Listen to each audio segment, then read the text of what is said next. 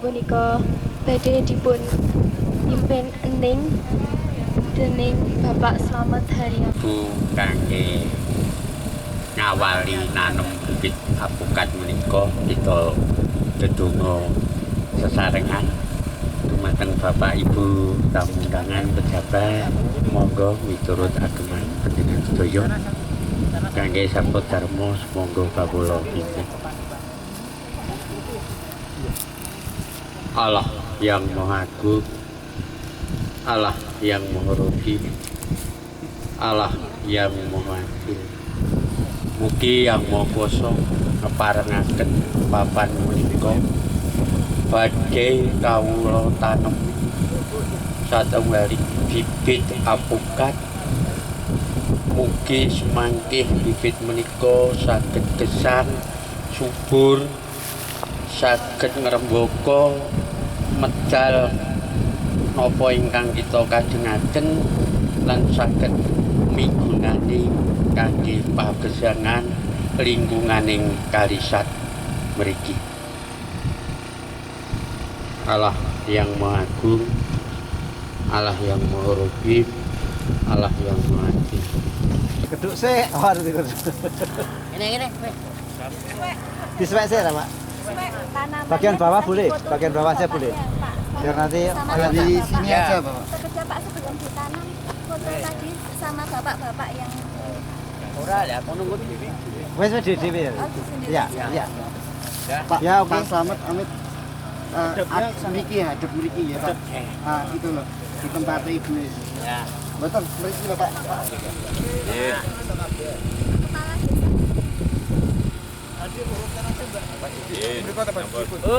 Wes, jadi. Subur. Subur. Awal Bu, dokumentasi Pak Slamet. Bocor ketok. Pak Mat. Nah, Yang mana? nanti yang buka ketemunya jam Ya saya khawatir gitu. apa keluar apa ya Pak? Iya.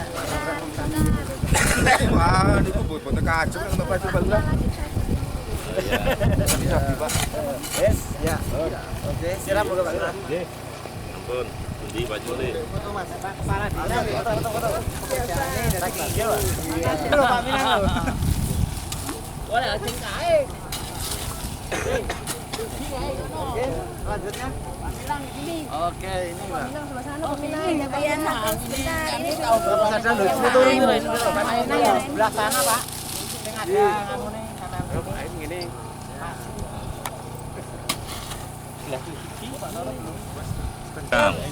Pak Naen. Ini perwakilan peserta satu. Ampun. Lho, nah tanjurane berapa 5 sing sing ngene. Yo. Wan, hidup sini Wan.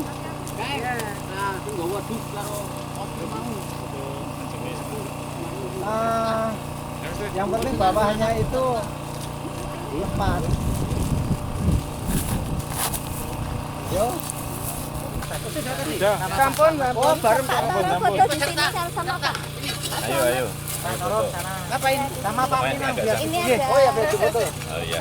Ya, sip. Ya, ayo foto bareng. Besok panen perdana dipanggil lagi ke Foto sini. bareng.